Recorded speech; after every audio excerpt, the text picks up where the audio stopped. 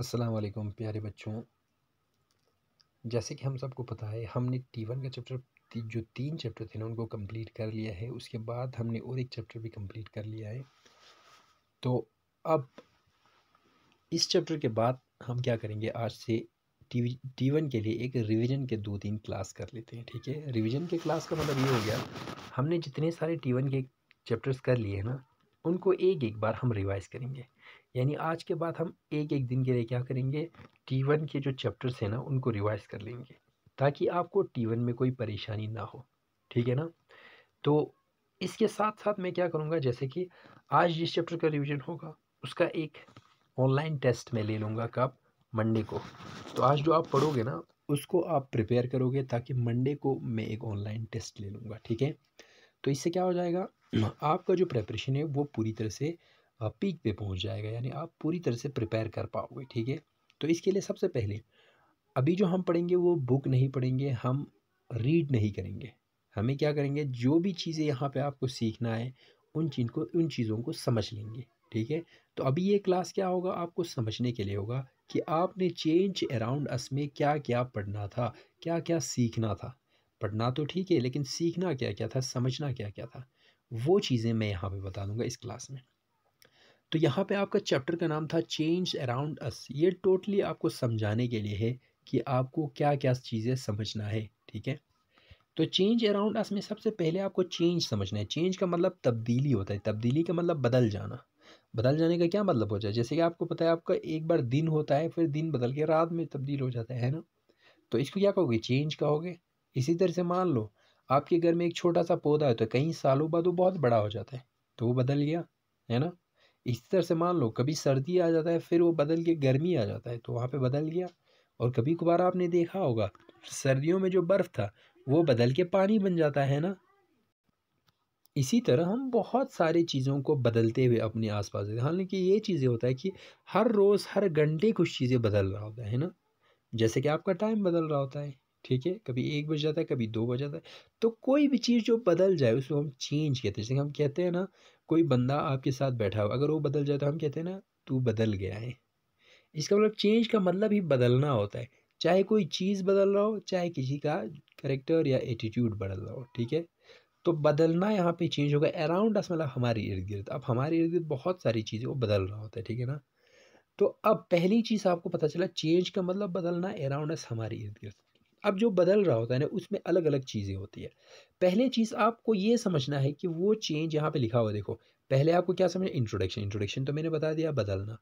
दूसरा चीज़ आपको आइडेंटिफाई करना है कौन सा चीज़ रिवर्सेबल होता है। Reversible change. रिवर्सेबल चेंज का मतलब कौन सा चेंज रिवर्सेबल, यानी दोबारा उससे ओरिजिनल चीज़ बनता है। और दूसरा कौन सा रिवर्सेबल। रिवर्सेबल का मतलब दोबारा ओरिजिनल चीज़ नहीं बनेगा। कैसे समझाओ, ऐसे समझाओ। देखो, सबसे पहले रिवर्सिबल में आपके पास इसी बुक में कुछ एक्टिविटीज़ दिया है, वहाँ से आपको समझना है। पहला एक्टिविटी आपको यहाँ पे नज़र आ रहा होगा। आप अगर एक रबर को एक पेन के साथ बांध दोगे, उस रबर को खींचोगे, खींचने के बाद छोड़ दोगे, तो आपने अगर खींचा तो वो बड़ा हो गया। तो पहले ही छोटा था, अब बड़ा हो गया, बदल गया ना।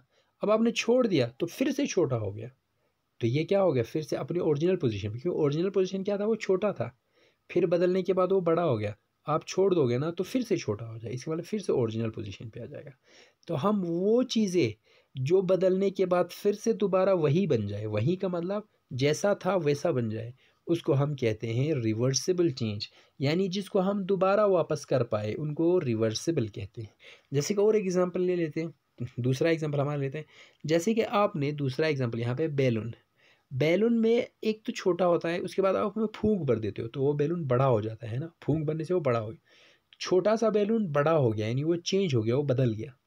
अगर आप उसमें से हवा छोड़ दोगे तो फिर से छोटा हो जाएगा, यानी फिर से ओरिजिनल वाला बन जाएगा, फिर से वही बन जाएगा जो पहले था। तो इसको हम क्या बोलेंगे, रिवर्सिबल चेंज। तो रिवर्सिबल चेंज वो चेंज जो फिर से दोबारा अपने ओरिजिनल पोजीशन पे आ जाएगा, जो पहले जैसा था फिर से दोबारा वैसा बन जाएगा, उसको हम रिवर्सिबल। रिवर्स का मतलब होता है पीछे आ जाना, यानी पीछे फिर से आ जाएगा। ठीक है। अब दूसरा, जैसे कि आपने गाड़ी में देखा होगा, हम गाड़ी को रिवर्स करते हैं ना तो वो गाड़ी पीछे आ जाता है। ठीक है ना, आगे गया हुआ गाड़ी फिर से पीछे आ गया। तो रिवर्सिबल चेंज वो चेंज जो दोबारा अपने ओरिजिनल पोजीशन पे आएगा। जैसा था वैसा फिर से बन जाएगा, उसको हम ओरिजिनल पोजीशन, उसको हम रिवर्सिबल चेंज बोलते हैं। उसके बाद इरिवर्सिबल चेंज देख लेते हैं। अच्छा, रिवर्सिबल में आपके पास और एक एग्जांपल है, इससे भी सीख लेते हैं रिवर्सिबल क्या होता है। देखो, आपके पास अगर कोई पेपर होगा तो आप उस पेपर को फोल्ड कर दोगे, फोल्ड करके आप उससे किश्ती बनाते हो, जैसे कि यहाँ पे बनाया है, ठीक है ना। आप पेपर से क्या बनाते हो, किश्ती, और आप फिर से उस किश्ती को खोल दोगे तो वो फिर से पेपर बन जाएगा, है ना। अगर फोल्ड कर दोगे तो किश्ती बन गया, तो चेंज हो गया, लेकिन वो चेंज फिर से दोबारा वही बन जाता है ना, जो पहले था वैसा ही बन जाता है, पेपर फिर से बन जाता है। तो ये रिवर्सिबल चेंज तो दिमाग में बैठ गया होगा। रिवर्सिबल चेंज वो चेंज जो दोबारा अपने ओरिजिनल पोजीशन पे आ जाएगा, जैसा था वैसा ही फिर से बन जाएगा, ठीक है। अब दूसरा इरिवर्सिबल चेंज। इरिवर्सिबल चेंज वो चेंज जो दोबारा अपने ओरिजिनल पोजीशन पे नहीं आएगा। जैसे कि आपने एक कागज़ को जला दिया, क्या वो जला हुआ कागज़ दोबारा फिर से कागज़ बन जाएगा? नहीं, ये जलने के बाद वो राख बन जाता है, फिर से कागज़ हम उसको नहीं, राख को फिर से कागज़ नहीं बना सकते। इसी तरह से क्या दूध से दही बनने के बाद फिर दही से दूध बनता है? नहीं ना। तो ये इरिवर्सिबल चीज, इरिवर्सिबल जिन्हें हम फिर से पीछे नहीं कर सकते, ठीक है। फिर से दोबारा वही चीज़ नहीं बना सकता जो पहले था। तो इरिवर्सिबल रिवर्सिबल का एग्जाम्पल समझ में आएगा, कैसे एग्जाम्पल के थ्रू आपको दिमाग में बिठाना है। बातों को दिमाग में बिठाओ, सिर्फ पढ़ के कुछ नहीं होगा, समझना होगा, ठीक है। तो रिवर्सिबल वो चेंज जिसको हम दोबारा पहले वाली चीज़ बना सकते हैं। इरिवर्सिबल वो चेंज जिनसे हम दोबारा वही चीज़ नहीं बना सकते। एग्जाम्पल मैंने 2-3 बता दिया, उनसे समझ लेना। अब हमारा अगला चीज़ है फिजिकल और केमिकल चेंज क्या होता है। फिजिकल और केमिकल चेंज रिवर्सिबल इरिवर्सिबल से थोड़ा सा रिलेटेड है, यानी थोड़ा सा उससे मिलता जुलता है, लेकिन पूरी तरह से नहीं मिलता, याद रखना।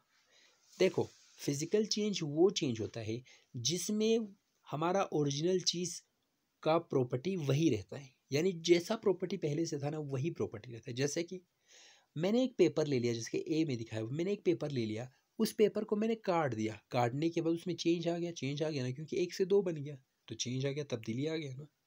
लेकिन जो तब्दीली आने के बाद क्या वो पेपर पेपर ही है कि और कुछ बन गया? वो तो पेपर ही है ना। ज़रूर काट के 2 हिस्से कर दिए, लेकिन है तो पेपर ही ना। इसका मतलब उसका प्रॉपर्टी चेंज नहीं हो गया, उसका जो खुसूसियत था वो वैसे ही रहा। वो क्यों रहता है? क्योंकि उसके अंदर का मॉलिक्यूल है ना, वो वही रहता है।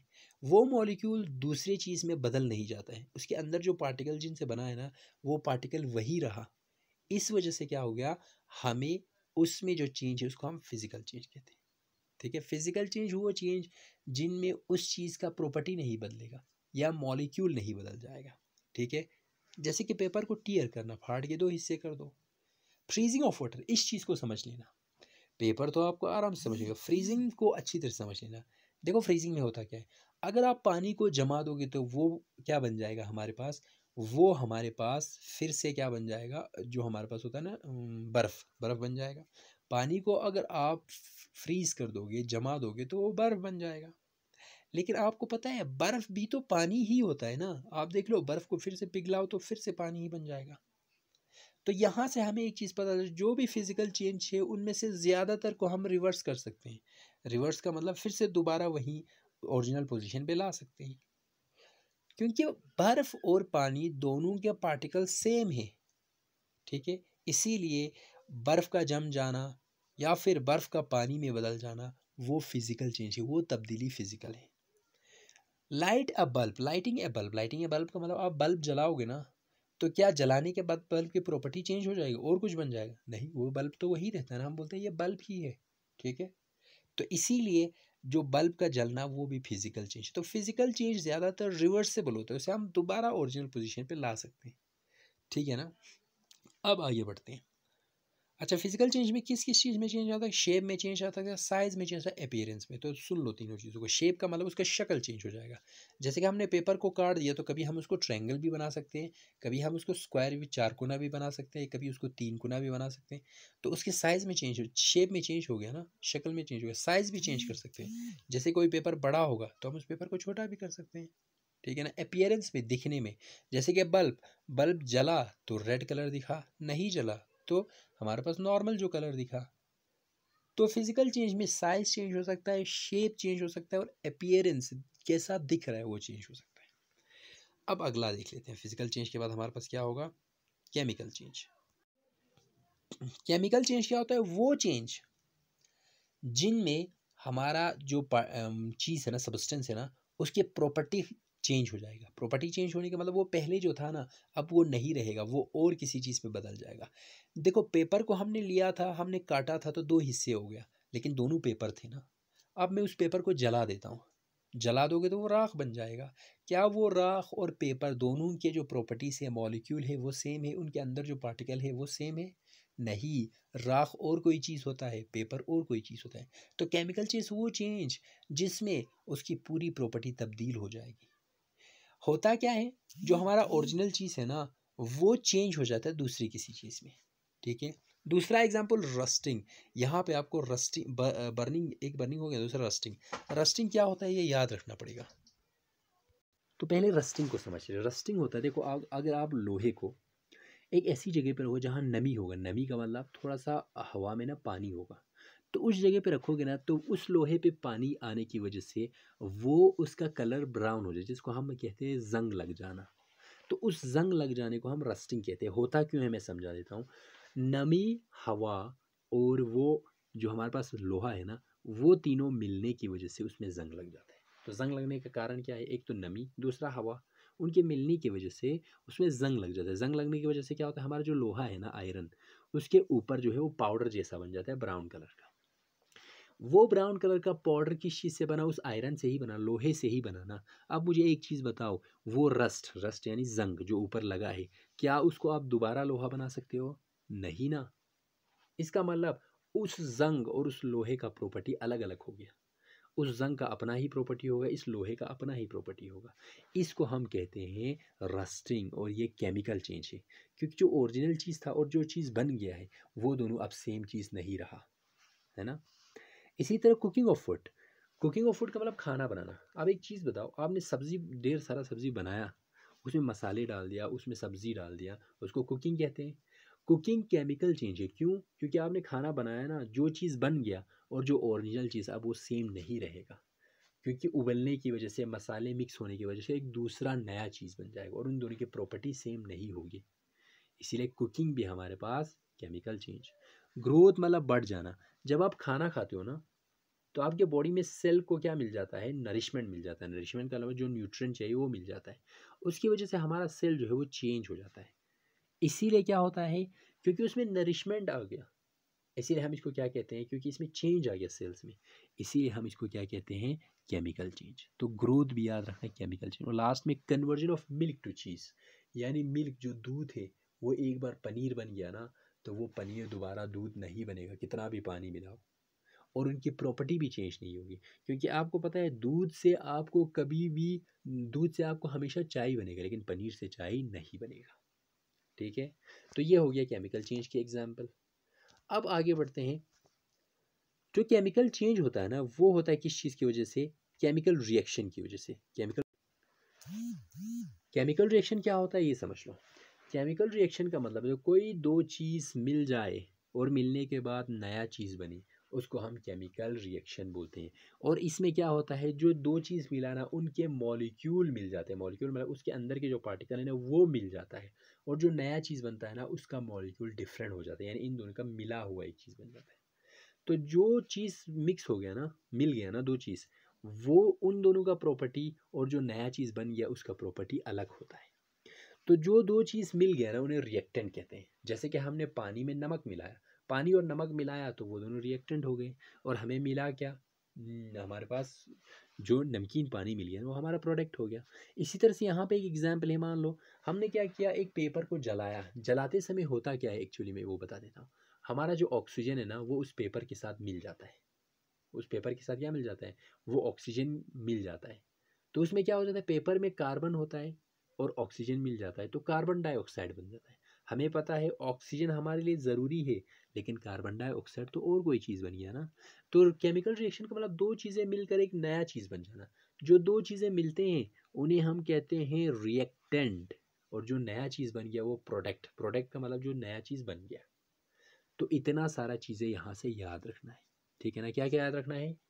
सबसे पहला चेंज क्या होता है, रिवर्सिबल इरिवर्सिबल चेंज क्या होता है, फिजिकल केमिकल चेंज क्या होता है और उसके एग्जाम्पल, और लास्ट में केमिकल रिएक्शन क्या होता है, और फिर रिएक्टेंट और प्रोडक्ट क्या होता है। इतना सारा याद करने के बाद मंडे को आपको एक ऑनलाइन टेस्ट होगा, ठीक है ना। तो उस टेस्ट में सारे पार्टिसिपेट करोगे।